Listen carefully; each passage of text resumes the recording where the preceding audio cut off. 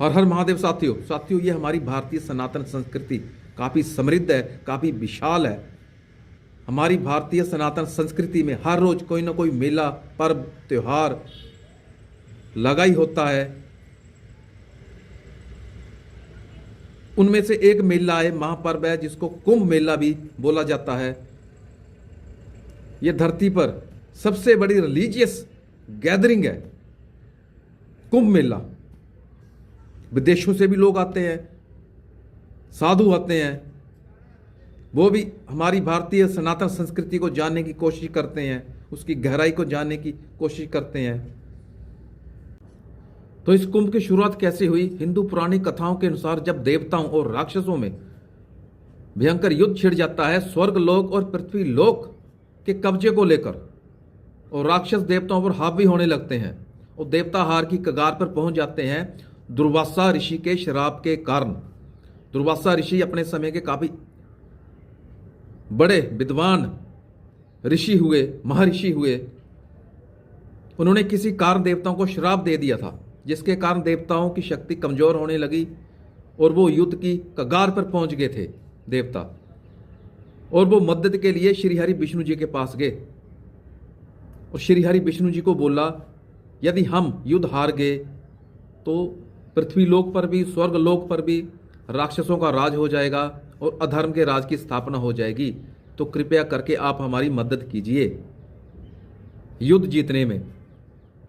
तब श्री हरि विष्णु जी ने देवताओं को समुद्र मंथन करने की सलाह दी और कहा कि समुद्र मंथन में से एक अमृत का कुंभ निकलेगा, इसको पीने से आपकी खोई हुई शक्ति वापस आ जाएगी और आप युद्ध जीत सकते हो राक्षसों से। जब यही बात राक्षसों को पता लगी तो वो भी श्री हरि विष्णु जी के पास गए और उन्होंने कहा कि हमें भी अमृत कुंभ चाहिए। तब श्री हरि विष्णु जी ने राक्षसों और देवताओं को कहा कि जिसको अमृत कुंभ पहले मिलेगा, ये अमृत कुंभ उस पार्टी का हो जाएगा। समुद्र मंथन हुआ। सबसे पहले कामधेनु गाय निकली, उसके बाद हालाहाल विष निकला। जैसे विष निकला, देवता भी भाग गए, राक्षस भी भाग गए। तब इस विष को भोले शंकर जी ने ग्रहण किया, तभी से उनका एक और नाम नीलकंठ पड़ गया। उसके बाद अमृत कुंभ निकला। जैसे ही अमृत कुंभ निकला, इंद्रदेव का पुत्र जयंत उसको लेकर भाग गया। जैसे ही राक्षसों को पता लगा कि जयंत अमृत कुंभ को लेकर भाग गया है, तो राक्षस उसके पीछे पीछे दौड़े जयंत के। जयंत आगे आगे, राक्षस पीछे पीछे। भागते भागते अमृत कुंभ से अमृत की बूंदें उछलकर जमीन पर पड़ी। ये बूंदें पड़ी थी प्रयागराज में संगम तट पर, नासिक में गोदावरी नदी के तट पर, हरिद्वार में गंगा जी के तट पर और उज्जैन में शिप्रा नदी के तट पर। इन 4 स्थानों पर अमृत की बूंदें पड़ी। तभी से इन 4 स्थानों पर कुंभ का मेला आयोजित किया जाता है हर 12 साल बाद।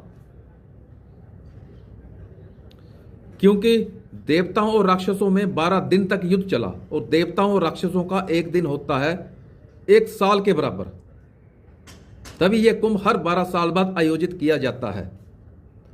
कुंभ कौन से स्थान पर होगा, कौन सी तिथि को होगा, कब होगा, शाही स्नानों की क्या क्या तिथियां होगी, यह डिसाइड किया जाता है ज्योतिष गणना और खगोलीय घटनाओं, ग्रह, नक्षत्र सभी का अध्ययन करके इन तिथियों का चुनाव और जगह का चुनाव किया जाता है।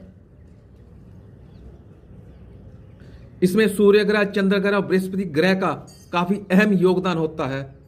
जब सूर्य और बृहस्पति अपनी राशि को छोड़कर दूसरी राशि में प्रवेश करते हैं, इन सभी बातों का अध्ययन करके ही कुंभ की तिथि और स्थान का चुनाव किया जाता है। 4 प्रकार के कुंभ होते हैं।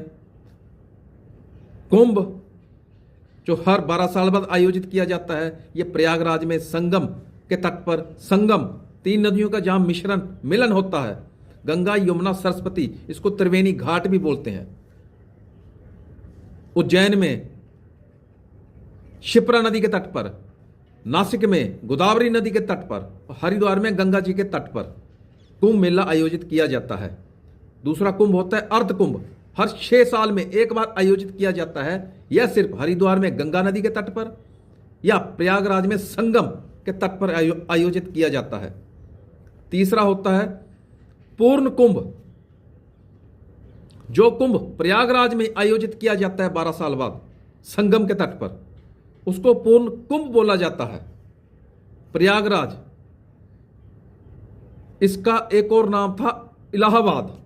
मुगलों ने अपने टाइम पर, अपने समय पर, जब हिंदुस्तान पर मुगलों का शासन था, उन्होंने प्रयागराज का नाम हटाकर इलाहाबाद कर दिया था। जब से योगी सरकार आई है, इन्होंने इसका फिर इलाहाबाद नाम हटा दिया और प्रयागराज कर दिया।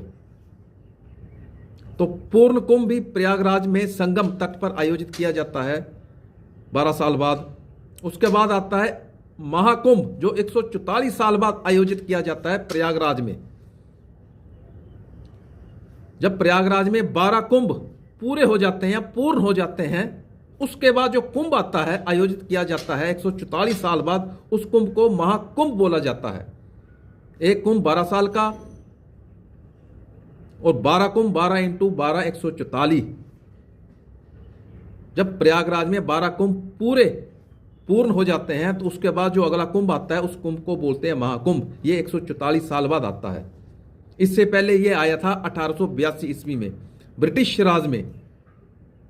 तब इसका बजट था 20,000 अब इसका बजट है 15,000 करोड़।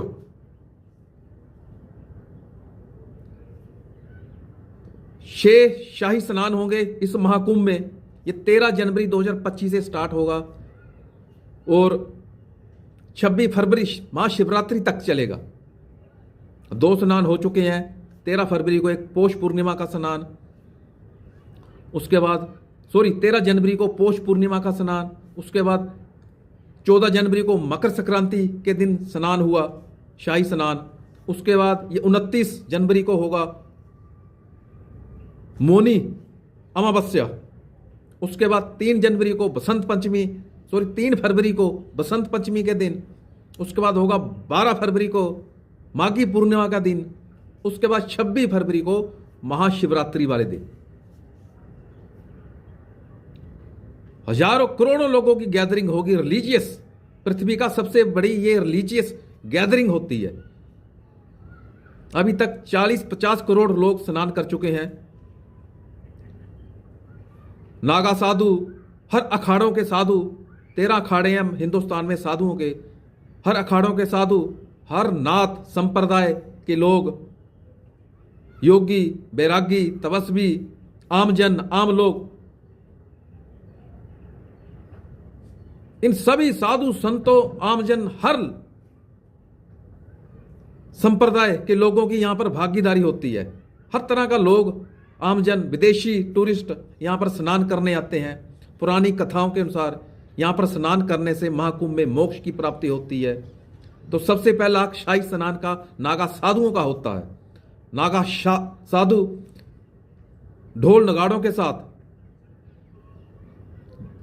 अपने अस्त्र शस्त्र से लैस होकर जुलूस निकालते हैं। उसके बाद वो स्नान करते हैं, अपने धार्मिक अनुष्ठान करते हैं। उनके स्नान के बाद आम लोग यहां पर स्नान करते हैं।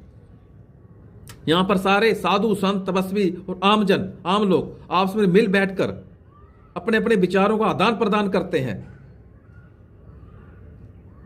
यहां पर आकर उनको नई आध्यात्मिक ऊर्जा मिलती है, मानसिक शांति का अनुभव करते हैं वो। और यहां पर आकर सनातन धर्म की गहराई को जानते हैं। कई विदेशी टूरिस्ट आते हैं, विदेशी संत आते हैं। तो हर तरह के लोगों की यहां पर भागीदारी होती है। हर स्टेट ने यहां के लिए डायरेक्ट बसें लगाई हुई हैं। सड़क मार्ग से भी आप पहुंच सकते हो प्रयागराज, हवाई मार्ग से भी, रेल नेटवर्क काफी विकसित किया हुआ है। स्टेट गवर्नमेंट को भी काफी रेवेन्यू मिलता है इस प्रकार के आयोजन करने से। हमारी सनातन संस्कृति का पता चलता है, कितनी गहराई है उसमें। बिना किसी छल कपट के, बिना किसी जात पात के, ऊंच नीच के, ये महाकुंभ आयोजित किया जाता है। इसके बाद ये कुंभ महाकुंभ आयोजित होगा फिर 144 साल बाद 2169 में 2169 ईस्वी में। तो आप भी यहां पर आओ, प्रयागराज में महाकुंभ में आओ, नई आध्यात्मिक ऊर्जा का संचार करो, साधुओं से मिलो, तपस्वियों से मिलो, अपने लिए नए लक्ष्य स्थापित करो। धन्यवाद। जय हिंद, जय हिमाचल।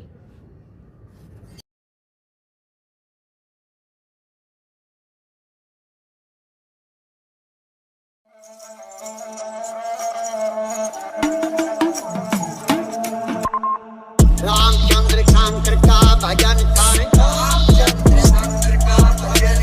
शिव के भजन कर पार्वती, कह लगे शंकर बोले,